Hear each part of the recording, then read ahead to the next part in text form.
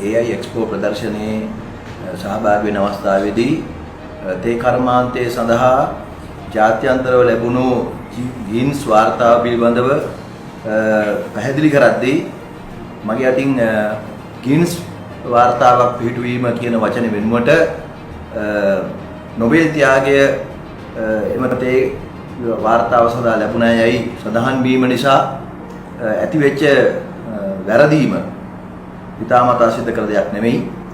මම අදහස් කළේ විශේෂයෙන්ම ගිනස් වාර්තාවක් ලංකාවේ තේ වෙනුවෙන් පිහිටවුවා කියන එක අදහස. ඒ නිසා තේ කර්මාන්තයේ අනාගතයේ තියෙන ආරක්ෂාව අපට තේ වෙළඳපොලේ තියෙන ශක්තිමත්භාවය ගැන තමයි මම අවසන් අදහස් කළේ. ගිනස් වාර්තාවක් යන වචනේ වෙනුවට නොබෙල් වාර්තාවක් පිහිටවුවා කියන අදහස මගේ අතින් වැරදීමකින් ප්‍රකාශ වීම. එම මගේ ප්‍රකාශනය නිසා යම් අපහසුතාවයක්පත් වෙච්ච පාර්ශවයන් ඉන්නවනම් එයාට මගේ කනගාටුව පළ කරනවා. මට අවශ්‍යයි ඒ දේ නිවැරදි කරන්න.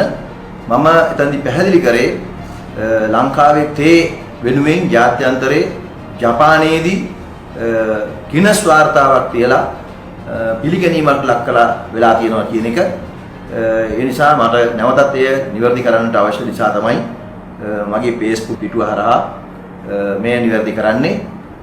එම මාධ්‍ය වාර්තාව පරිහරණය කරද්දී යමෙකුට වැරදි වැටහීමක් ඇති වුණා නම් මම ඉදිරිපත් කරපු අදහස නිවැරදි කරගන්න කියලා ඉල්ලා සිටිනවා.